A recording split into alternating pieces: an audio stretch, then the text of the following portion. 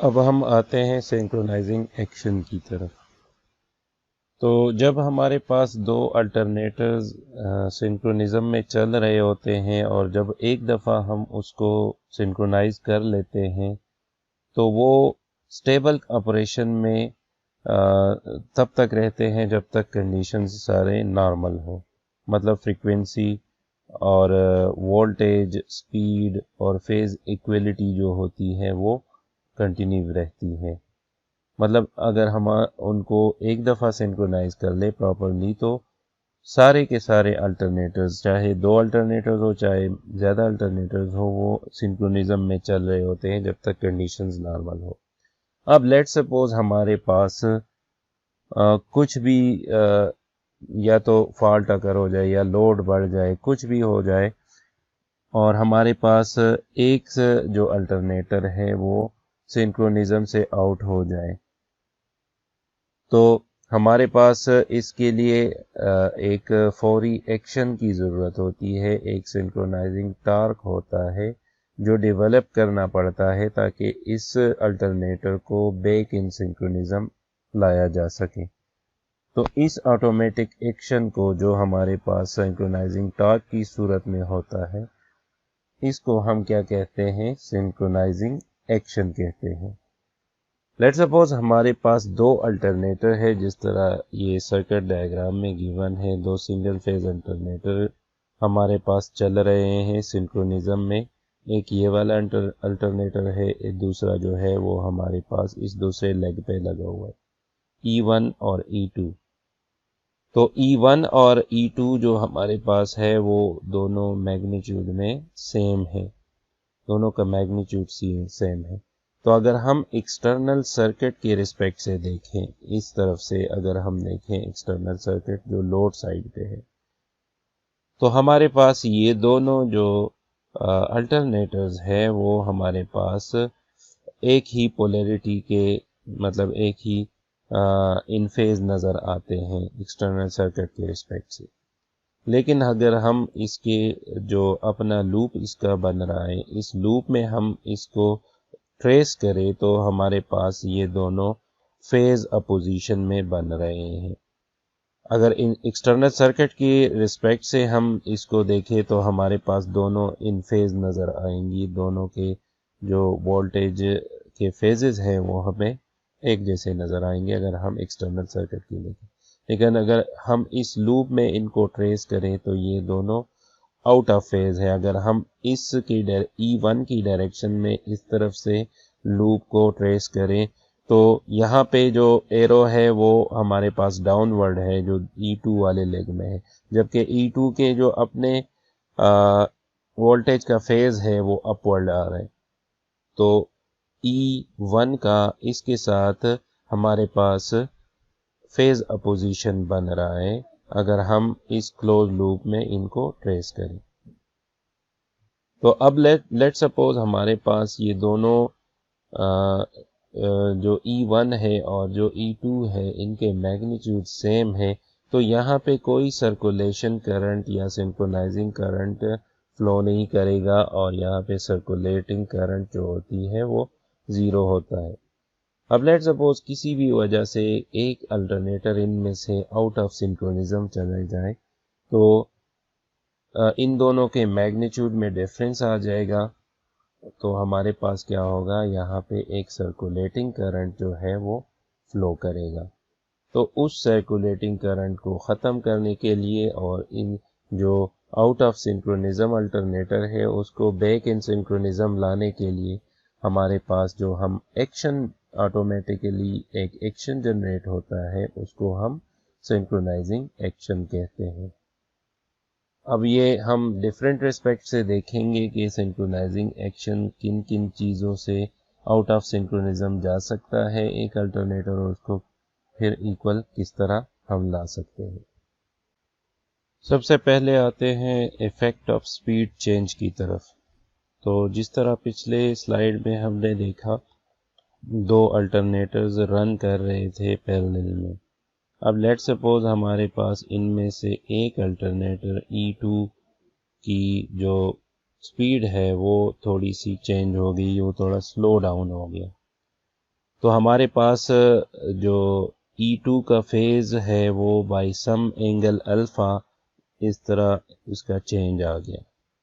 पहले हमारे पास दोनों जो थे वो हमारे पास क्या बन रहे थे, आउट ऑफ फेज बन रहे थे अगर हम क्लोज सर्किट की तरफ देखें तो हमारे पास ये वाला जो फेज है ये हमारे पास ये वाला जो EMF है E2 वोल्टेज लेवल इसका दोनों का मैग्नीट्यूड तो सेम है, लेकिन हमारे पास ये बाई सम एंगल हमारे पास वेरी कर गया इसका जो फेज है। तो इससे हमारे पास एक रिजल्टेंट EMF इस क्लोज्ड सर्किट में डेवलप होगा ER, जो कि हमारे पास एक इस क्लोज लूप में एक करंट सर्कुलेट करेगा जिसको सर्कुलेटिंग करंट या सिंक्रोनाइजिंग करंट भी कहते हैं। तो हमारे पास जो सिंक्रोनाइजिंग करंट की फार्मूला है वो हमारे पास क्या है, I synchronising is equal to ER। ये वही ER है जो E1 और E2 का रिजल्टेंट है। तो हमारे पास ये जो ER है उसको हम डिवाइड करेंगे बाई 2ZS। अगर हम इस सर्किट को देखें तो एक ZS हमारे पास ये आ रहा है और एक ZS हमारे पास ये आ रहा है। तो इन दोनों का सम जो है वो ER को अगर हम इससे डिवाइड करें तो हमें ये सिंक्रोनाइजिंग करंट जो है ये इसकी वैल्यू मिलेगी। तो ये तो सिंक्रोनाइजिंग करंट डेवलप हो गया इस जो हमारे पास एक अल्टरनेटर है वो आउट ऑफ सिंक्रोनिज्म जाने की वजह से। अब इसको हमने कैसे इसको हैंडल करते हैं पावर सिस्टम में, ये खुद ब खुद ही जो है वो हैंडल हो जाता है और खुद ब खुद ही ये सिंक्रोनिज्म करंट जो है वो ज़ीरो हो जाता है। वो किस तरह होता है, ये जो करंट होता है अगर आप लोग इस डायग्राम में देखें तो ये लैग कर रहा होता है इस रिजल्टेंट करंट से by theta degree, electrical degree जो है वो ये इससे लैग करता है। लैग इसलिए करता है क्योंकि यहाँ पे इम्पीडेंस सारा इंडक्टिव है। तो इस थीटा की वैल्यू को हम फाइंड कर सकते हैं bye 2XS divided by 2RA, या XS डिवाइडेड बाय RA भी सिंपली हम कह सकते हैं। अब चूंकि ये जो RA है जो कि आर्मेचर रेजिस्टेंस होता है ये बहुत ही ज़्यादा स्मॉल होता है as compare to inductive reactance XS या सिंक्रोनस रिएक्टेंस। तो ये बहुत ही ज़्यादा स्मॉल होता है, तो अगर हम यहाँ पे इसको निगलेक्ट कर दें तो ये इन्फिनिटी पे चला जाएगा और टेंजेंट थीटा इन्फिनिटी जो होती है वो हमें 90 डिग्री पे मिलता है। तो ये जो ER से ये लैग करता है by approximately equal to 90 degree ये लैग कर रहा होता है। तो अगर हम ये देखें तो ये हमारे पास जो E2 है ये करंट इसके साथ बिल्कुल फेज अपोजिशन में है और तकरीबन इन फेज है E1 के।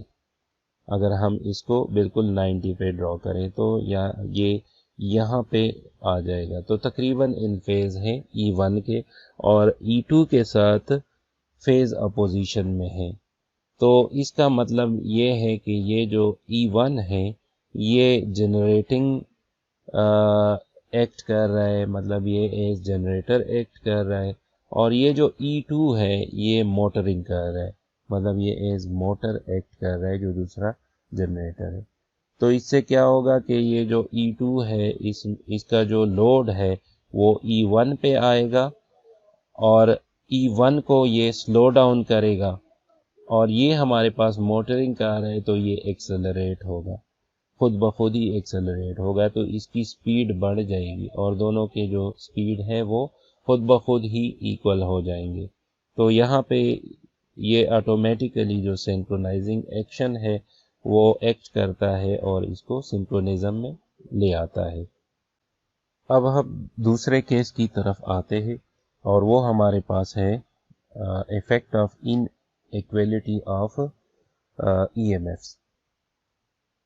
अब लेट्स सपोज हमारे पास सिंक्रोनिज्म में दोनों जनरेटर्स चल रहे हैं, तो हमारे पास ये वाला जो फेज रिलेशन है ये बनता है E1 जो है वो बिल्कुल आउट ऑफ फेज होता है E2 के, और दोनों के मैग्नीट्यूड सेम है, तो कोई ER यहाँ पे डेवलप नहीं हो रहा, ER की वैल्यू यहाँ पर 0 है, तो कोई सिंक्रोनिज्म करंट या सिंक्रोनाइजिंग करंट फ्लो नहीं कर रहा उस क्लोज्ड सर्किट में। अब लेट सपोज किसी भी रीज़न से हमारे पास जो E1 है वो बढ़ गया, उसकी वैल्यू बढ़ गई और E2 कम हो गया, मतलब E1 बढ़ गया तो ऑटोमेटिकली E2 डिक्रीज कर गया, तो ER जो है वो डेवलप हो जाएगा। ये जो ER है ये हमारे पास इन फेज है, क्योंकि E1 इंक्रीज कर गया तो ये हमारे पास अब फेज जो है वो सेम है, मतलब फेज में कोई डिफरेंस नहीं आ रहा जिस तरह पिछले केस में था स्पीड की वजह से। तो ये हमारे पास इन फेज है ER के, ER और E1 दोनों इन फेज है। तो इस ER की वजह से एक सिंक्रोनाइजिंग करंट जो है वो फ्लो करेगा इस क्लोज्ड सर्किट में, और ये सिंक्रोनाइजिंग सर्किट जो है ER से ऑलमोस्ट 90 डिग्री लैगिंग करता है, तो E1 से भी ये 90 डिग्री लैग करेगा, क्योंकि ER और E1 जो है वो दोनों इन फेज है। तो हमारे पास ये लैग कर रहा है E1 से और लीड कर रहा है बाय 90 डिग्री E2 से, तो ये आउट ऑफ सिंक्रोनिज्म चले गए दोनों अल्टरनेटर्स। तो ये कैसे सिंक्रोनिज्म में दोबारा आते हैं, वो इस तरह आते हैं कि ये जो आई सिंक्रोनाइजिंग है ये हमारे पास जो है वो डीमैग्नेटाइजिंग आर्मेचर रिएक्शन इफेक्ट डालेगा मशीन 1 पे। जिस तरह आर्मेचर रिएक्शन में हमने वो 3 केसेस देखे थे, क्रॉस मैग्नेटाइजेशन और डीमैग्नेटाइजेशन और वो जो था मैग्नेटाइजिंग आर्मेचर रिएक्शन।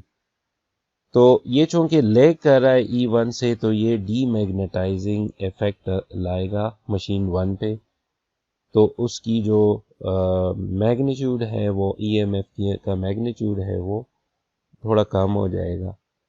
और ये चूंकि लीड कर रहा है E2 से, तो ये मैग्नेटाइजिंग इफेक्ट डालेगा, मैग्नेटाइजिंग आर्मेचर रिएक्शन आएगा इस केस में E2 के केस में, और मशीन 2 में हमारे पास मैग्नेटाइजिंग आर्मेचर रिएक्शन इफेक्ट आएगा, तो E2 की वैल्यू जो है वो हमारे पास बढ़ जाएगी।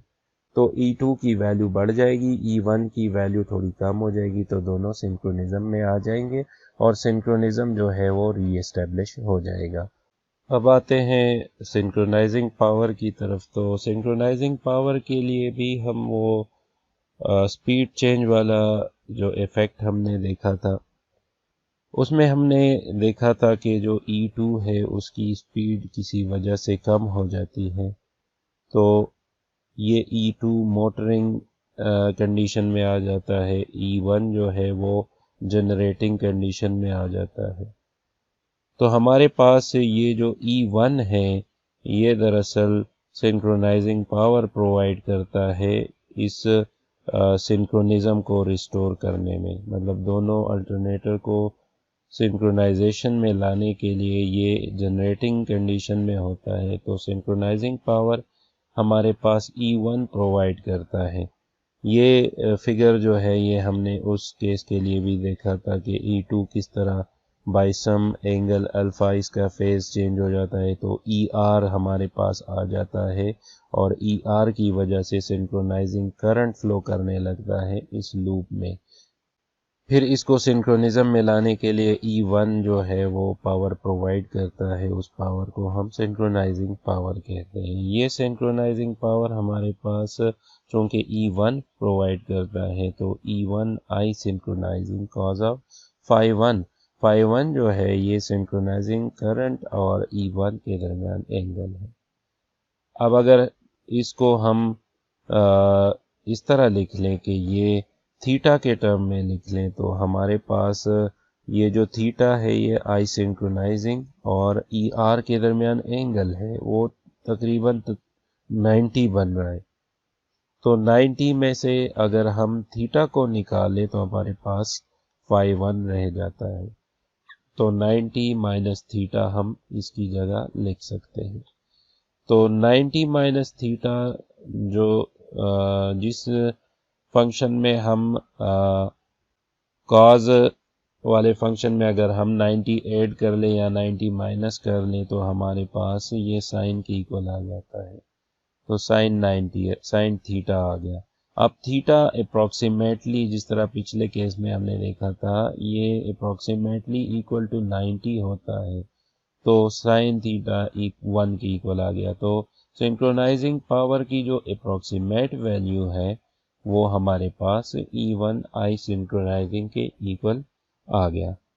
अब ये पावर जो है ये सिंक्रोनाइजिंग ये हमारे पास दो तरह के पावर सप्लाई करता है। एक तो हमारे पास ये इनपुट पावर प्रोवाइड करता है मशीन 2 को सिंक्रोनिज्म में लाने के लिए, और कॉपर लॉसेस भी आती हैं, तो वो दोनों मिला के सिंक्रोनाइजिंग पावर के इक्वल आते हैं। अब जो रिजल्टेंट ईएमएफ है अगर इस डायग्राम में हम देखें तो हमारे पास जो E1 और E2 का डिफरेंस बन रहा था वो 180 बन रहा था, लेकिन इसमें E2 जो है वो फेज चेंज आ गया उसमें और वो अल्फा है। तो ये एंगल कितना रह गया 180 माइनस अल्फा। और हमारे पास जो ये ER है ये बिल्कुल इन दोनों के मिड में है, तो 180/2 इसका एंगल बन रहा है, लेकिन अब इसका एंगल जो है 180 माइनस अल्फा डिवाइडेड बाई 2 आ गया। तो इस फिगर को अगर हम देखें तो ER हमारे पास 2E cos of 180 degree minus alpha divided by 2। ये E जो है E1 और E2 हमने पहले भी कहा था कि इधर सिर्फ स्पीड चेंज हुआ है। E2 और E1 मैग्नीट्यूड में सेम है। E2 प्राइम से यहाँ मतलब है कि वो वाला जिसका एंगल स्पीड की वजह से उसका फेज एंगल थोड़ा सा चेंज हुआ है, E2 प्राइम उसको कहा है। तो मैग्नीट्यूड में ये दोनों सेम है तो हमने इसको E कह दिया। तो ये 2E cos of 180 degree minus alpha divided by 2, उसको अगर हम सिंप्लीफाई कर ले तो 90 माइनस अल्फा बाई 2 बन जाएगा। तो इसको हम अगेन साइन वाली फॉर्म में लिख सकते हैं।